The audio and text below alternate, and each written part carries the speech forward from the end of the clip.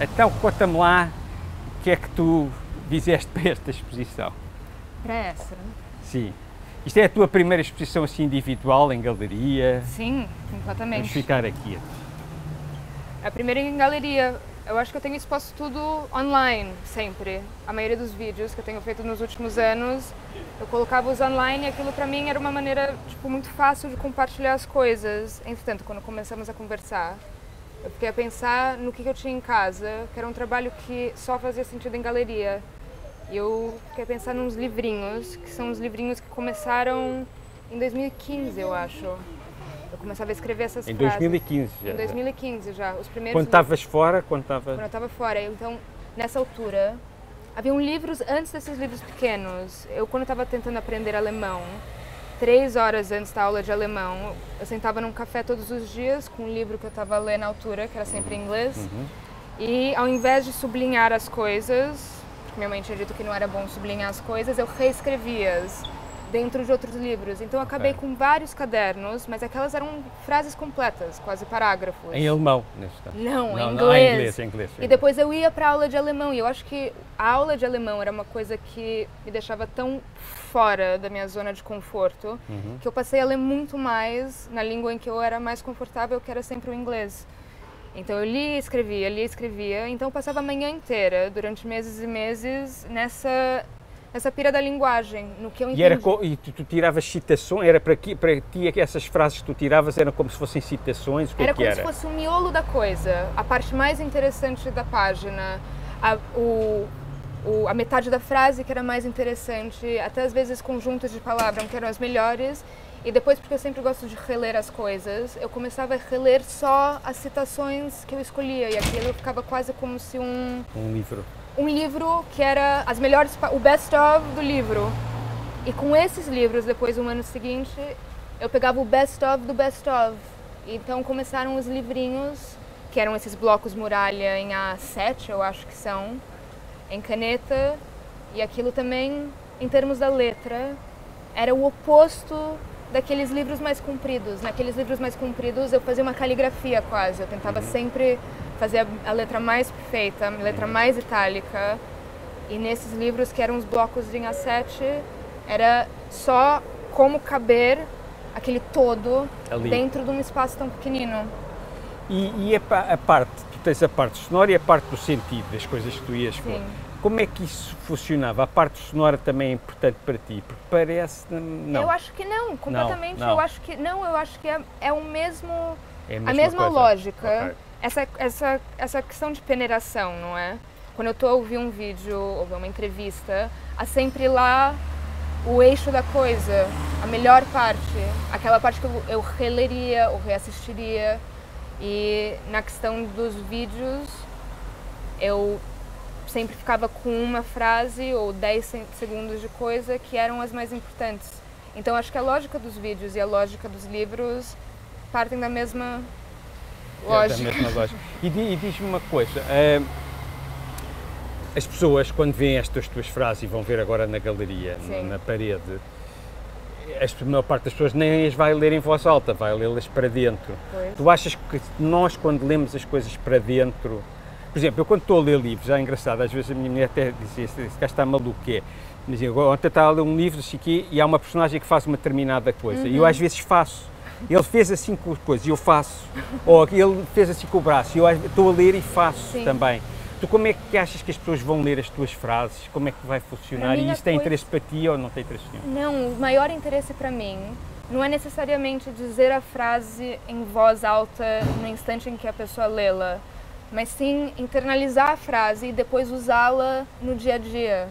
Há algumas frases, as que eu escrevo, gossip recital, sine qua non, coisas que eu nunca diria, mas depois entram no vocabulário em si.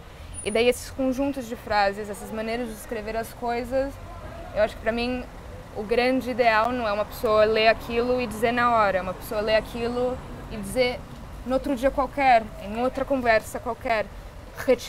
E continuar mais ou menos essa lógica de retirar a coisa do sítio original e replantá-la no sítio de onde ela não pertence. Então há uma tentativa da tua parte de reescrever um bocado a linguagem, como há alguns artistas, eu lembro de entrevistar há muitos anos o João Queiroz, e ele dizia-me que quando tu estás a fazer uma imagem, ou uma pintura, ou um desenho, tu estás a dar também input às pessoas que veem, para que elas possam começar a ver de outras maneiras a realidade.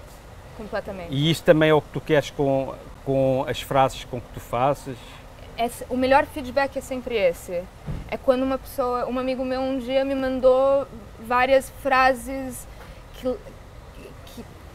não sei, às vezes frases na rua, porque na verdade a linguagem, quando uma pessoa começa a realmente perceber o quanto as palavras em si escritas estão em todos os sítios. E a verdade, a coisa mais não estranha, pensamos sempre que o lugar das palavras estão nos livros, não é? E é que aquilo é a casa. E daí depois as palavras, quando estão no mundo real, é como se fosse um não lugar das palavras, mas na verdade é o reverso. As palavras estão em todos os sítios e sempre em ordem, estão engraçadas. Então, para mim, não é uma boa reação. É de fato o que estavas a dizer, uma pessoa começar a realmente perceber a maneira em que as palavras estão sendo usadas e as frases estão sendo colocadas juntas no mundo à volta e não só nos livros. Mesmo aquilo partindo às vezes dos livros e depois passando para um papel e depois passando para uma conversa e depois aquilo eventualmente sendo uma obra de arte de novo, um sinal ou um flyer. Não sei, as muitas casas das coisas que são as palavras. Acho que os primeiros livros começaram mesmo a partir dos livros maiores, com as frases grandes. Entretanto, a maioria dos livros que são em inglês, as frases começam a criar as outras frases. Qualquer tipo de source material vira irrelevante. É quase como se fosse um trance, não é? Uma palavra dá em outra e eventualmente, tipo, 3 livros são escritos de uma vez só. Às vezes eu tenho um caderno que eu carrego sempre comigo e eu vou anotando as frases interessantes, daí aquilo cria outras coisas. Mas a coisa mais interessante que eu percebi que foi para a exposição em si, uma coisa que eu nunca tinha feito antes é tentar aplicar a mesma lógica das frases para o português, que para mim era um desafio muito excitante. Porque agora, eu saí do Brasil com 16 anos, eu tinha um português extremamente adolescente. O português na minha escola, que era uma escola britânica, era uma aula péssima. Portanto, a tua língua materna é mesmo o inglês? É mesmo o inglês. Eu falava inglês em casa. Tu pensas em inglês? Eu conto em inglês. Eu conto e sonho em inglês. E porque minha mãe é inglesa e a escola era britânica. E eu falava muito português, na verdade, porque meu pai falava inglês em casa. Então é a língua onde eu estou mais confortável, eu sempre estou a ler. Agora, depois de 6 anos em Portugal, o meu relacionamento com o português mudou bastante. Porque tem o meu português brasileiro, que sai muito quando eu estou com outros brasileiros, e daí tem o português, que é o meu português quando eu estou a falar com portugueses, que é um português sem gerúndio, é mais aportuguesado, que é este que eu estou falando com você. Mas depois, então, para tentar fazer os livros em português, eu comecei com vários livros que eu fui comprando na ladra, e eu não sabia muito bem se eram livros bons ou maus, e foi uma coisa que eu percebi com a linguagem, é que no inglês eu sei perfeitamente o que eu gosto e o que eu não gosto, quais são os estilos diferentes de escrever, um estilo mais romântico, mais florido, um estilo mais moderno e estético. Mas no português eu não sei diferenciar muito bem. A mim acontece-me exatamente o contrário. Eu leio, a maior parte dos livros que eu leio hoje em dia, os romances, são em inglês. E eu tenho exatamente esse problema, porque eu digo assim, pá, naturalmente há aqui uma série de coisas, como não é a minha língua materna, Sim. que eu perco. Porque... E eu percebi que quando eu estava a buscar frases, no inglês havia uma lógica, que é a lógica principal, que há um adjetivo e um substantivo e ali um jogo, little verbless sentences, como eu li uma vez, não há verbo, não há nada. Entretanto, no português, o que saltava dos livros eram frases com verbos, ações e também eram jogos quase como se fossem de sílabas. As palavras ficaram quase abstratas para mim, então o que se percebe muito nos livros em português é que a maioria das vezes, comparado com o inglês, aquilo é só uma palavra que depois vira divididas em outras palavras em português, às vezes em inglês, às vezes em outras línguas, e aquilo é muito mais pontuado e muito menos descritivo, que eu achei engraçado e é uma coisa inesperada, não percebi aquilo quando eu comecei a tentar escrever. Então, e achas que a introdução do português no teu trabalho veio tornar a coisa mais disruptiva? Eu não gosto nada desta palavra, mas pá, posto numa área mais da criação, pá, sem racional. É engraçado, eu acho que se calhar me fez perceber o quão irracional o meu relacionamento é com o inglês, porque eu tenho uma confiança muito grande na linguagem, mas eu, por exemplo, eu tenho muito mais medo de errar ou escrever uma coisa errada no português ou até brincar com a frase e aquilo virar uma coisa abstrata demais, justamente por causa da minha falta de confiança. E dentro do trabalho que eu tenho feito, eu percebi mesmo que há duas coisas no português, que é eu não sei muito bem do que eu gosto, do que não gosto, ou não, pior ainda, eu não sei se eu deveria gostar ou não gostar. Eu não sei, na verdade, se uma coisa é cafona ou não é. Eu não sei se uma coisa é engraçada ou não é, ou não sei se outras pessoas achariam aquilo tão engraçado quanto eu. E no inglês, por exemplo, eu sei que só eu acharia uma coisa engraçada, ou só eu e outras pessoas, e aquilo, na verdade, é de mau gosto, é de bom gosto, não é? Outra coisa, pá, é um bocadinho frase versus palavra, que é como é que tu geres isso, não é? Porque uma palavra isolada, pá, como uma imagem, tem um power gigante, não é? Pá, tem uma história, tem a parte mesmo sonora, pá, e depois tu quando começas a jogar com as palavras e introduzes dentro de frases, aquilo torna-se uma coisa diferente. Como é que as palavras em si têm uma importância muito grande? É mais a construção depois das várias palavras? Se isso tem algum interesse no trabalho? Tem todo interesse. Eu acho que no português as palavras sozinhas viram quase como se fosse um jogo de sílabas. E aquilo vira uma mecânica nova. Então, no que estavas a dizer antes sobre ver as coisas de uma nova maneira, não é? Eu acho que ali tem um jogo que é cortar a palavra de jeitos estranhos, ou ver palavras dentro da palavra, que depois, quando uma pessoa se acostuma com aquela lógica, começa a fazer isso com outras coisas, e daí aquilo vira quase como se fosse uma regra de um jogo que depois uma pessoa pode fazer com qualquer tipo de palavra. Entretanto, as frases, eu acho que se calhar o jogo ali é mais em termos é um ambiente, é uma textura, uma cor, é como se não fosse a coisa em si, e sim style, não é? The style of the thing, é como que estamos a falar. Ok, estou a perceber. Estás a perceber? Tu achas que o estilo aparece só quando tu começas a interagir, não é? Como com as cores, um encarnado só, um verde só, de alguma maneira, pá, tem uma força, tem uma coisa, mas o estilo começa a aparecer quando tu começas a pôr um verde e um azul e um encarnado. Exatamente, é exatamente isso. Okay. Eu acho que aquilo começa quase como se virasse um jogo de cor, que é uma coisa que eu adoro, mas em linguagem. São palavras. E é como se eu fosse daltônica em português. É como se eu não conseguisse enxergar cor. Okay. Então aquilo vira uma coisa muito mais reta, muito mais cuidadosa. Nossa, é ótimo. Claro. Eu às vezes sou muito inteligente. Olha, diz uma coisa, está aqui uma palavra, tricot, calculo que seja uma palavra francesa. Tu estavas a explicar ao princípio. Eram os livros, era no fundo as frases que tu tiravas dos livros e que depois passavam por todo um processo até chegar a qualquer coisa.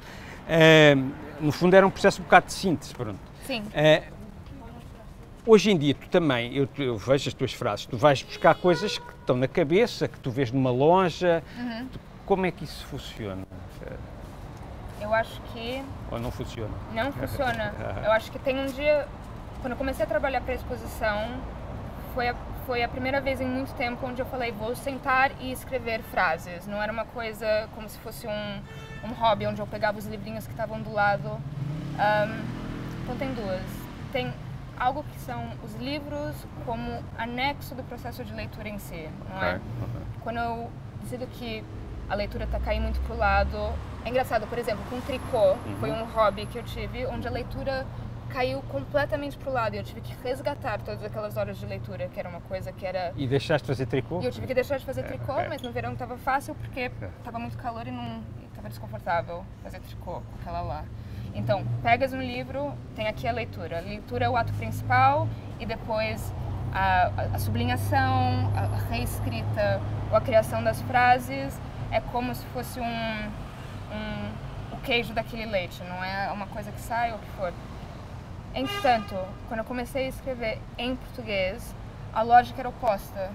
Os livros estavam todos a serviço da frase.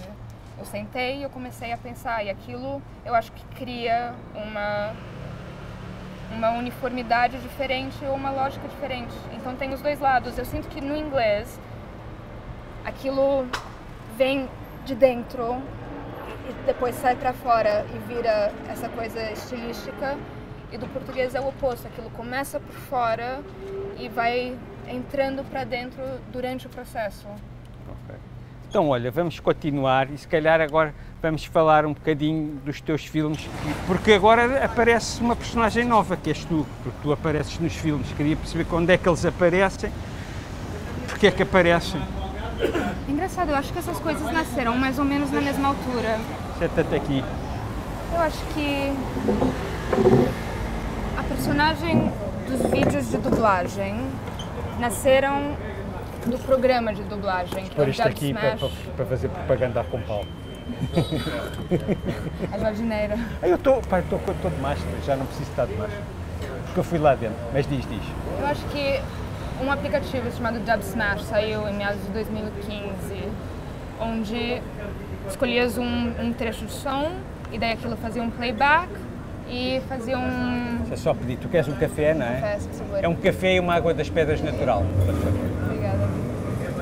Daí, como é que funciona essa aplicação? Essa aplicação era uma aplicação muito simples, que foi mais ou menos viral na altura. Escolhes um trecho de som que está dentro do telemóvel, colocas lá, e daí aquilo faz uma gravação, um playback do som ao mesmo tempo que te gravas. Então o som fica por cima daquilo. É uma tecnologia muito simples. Que entretanto, com o TikTok, que veio anos depois, era um Musical.ly, e agora é uma coisa muito normal. Mas na altura esse aplicativo foi um dos primeiros a fazer aquilo e eu comecei a fazer aquilo como hobby. É igual a escrita da leitura, é igual tricô. Tudo começa mais ou menos como um hobby, que é o que eu faço para me distrair da coisa principal que eu devia estar fazendo. Porque naquela altura eu acho que era encontrar um emprego. Isto é uma das coisas que mais me agrada no teu trabalho, eu já te disse isso, é que o teu trabalho vê-se que é uma coisa que vai aparecer naturalmente e que não há uma estratégia artística ou para ganhares o teu lugar no sistema, ou mesmo para teres um discurso que seja coerente de alguma forma, porque aquilo é pensado de uma determinada maneira. Claro, eu acho que é engraçado porque aquilo começa como um hobby e daí com quase todas as coisas que acabam sendo coisas um bocadinho mais profissionais, alguém me dá permissão em algum momento para levar aquilo mais a sério. E até aquela permissão chegar, eu continuo a fazer aquilo da maneira mais simples possível. E é só depois do momento de permissão chegar que eu me permito dar mais esforço para a coisa, porque é uma leveza quando aquilo é tudo em casa. O meu, obrigada. É uma leveza quando aquilo é tudo feito em casa. Obrigado. Obrigada. E é simples. Então, com os vídeos, aquilo começava porque eu sempre assisti muitas entrevistas, muitos vídeos, e eu sempre lembrava muito das frases.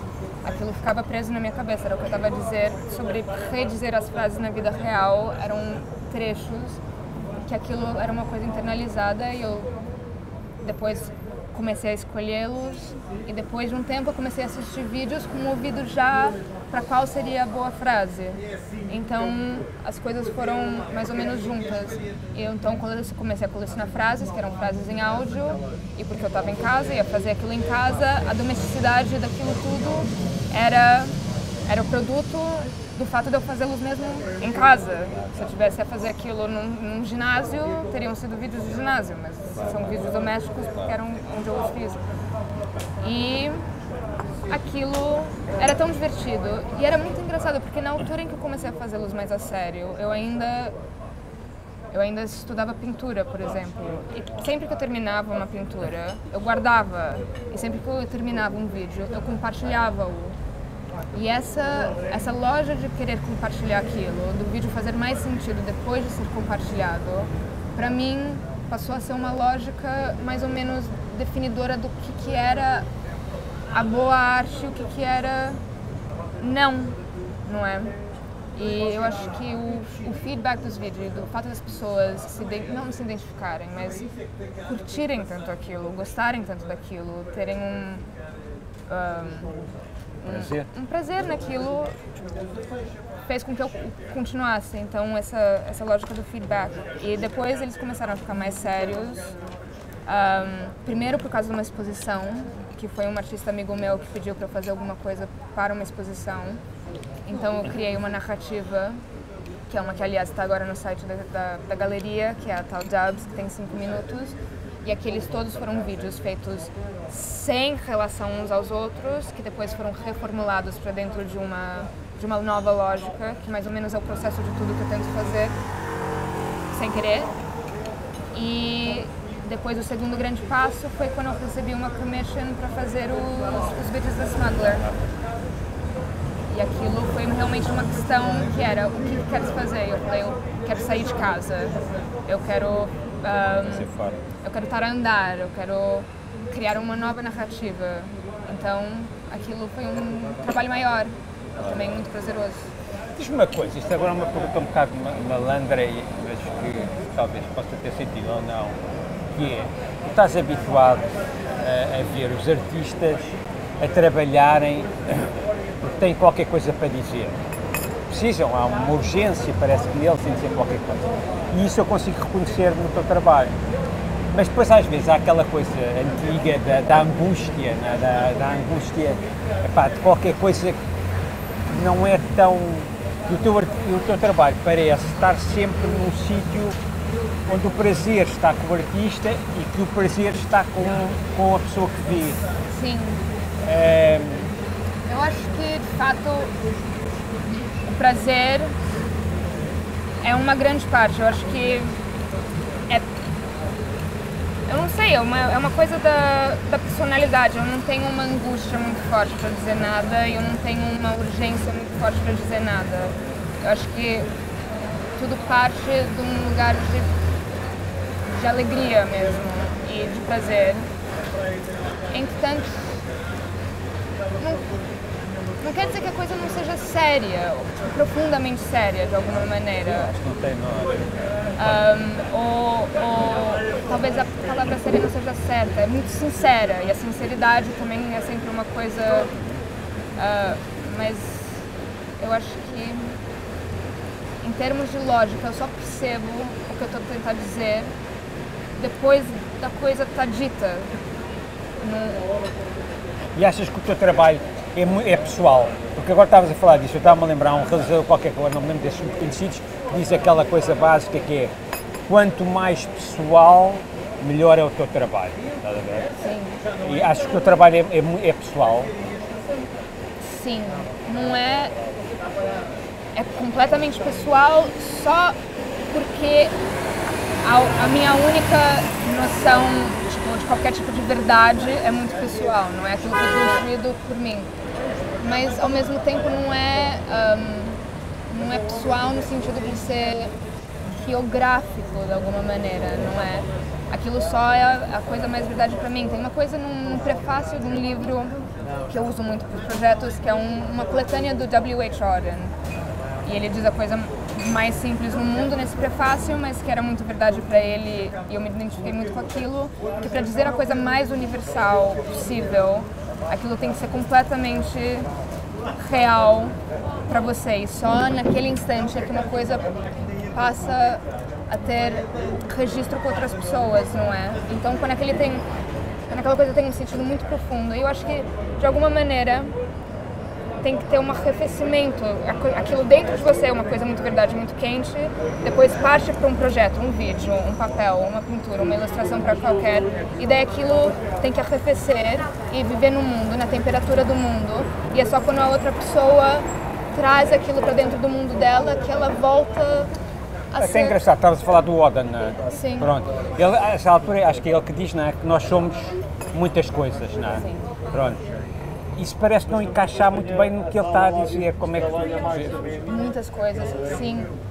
Para mim, a coisa mais fascinante, ou o jogo mais delicioso disso tudo, é ver como as coisas são completamente diferentes. E daí, em um instante, tudo é exatamente igual. Ok. Não é? O fato de eu fazer trabalho, eu comecei a fazer eu gostava de escrever na escola, depois eu fiz ilustração na faculdade, achei que eu queria fazer set design no momento e praticava aquilo, depois era pintura, depois eram todos os hobbies, era o tricô, era o bordado, eram essas coisas todas diferentes, que pareciam totalmente diferentes, os livrinhos, desse plano, nada tem nada a ver, e depois percebo que a lógica é toda igual, que eu continuo mais ou menos nesses livrinhos a querer fazer ilustração. Eu fui para ilustração porque eu gostava de escrever e eu queria ficar o mais perto possível das palavras, não é? E que todo o processo que eu fazia quando eu pintava, que eram pegar imagens separadas e tentar confluí-las juntos numa vitalidade qualquer nova, é mais ou menos o que eu estou fazendo dentro desses livros e é mais ou menos o que eu estou fazendo dentro dos vídeos. Então, tudo é muito, muito diferente sempre, mas a pessoa é sempre constante e a nossa visão das coisas é muito constante, os nossos processos das coisas são muito constantes. Ok, então agora vamos fazer um bocado de publicidade à exposição. É no dia, vamos olhar ali para a câmara, que eles estão ali. Epá, é no dia 17, na próxima sexta-feira, na Galeria Miguel Nabinho, entre as 4 da tarde e às 10 da noite. E às 10 da noite. E pronto, e é isso. Come on, come on.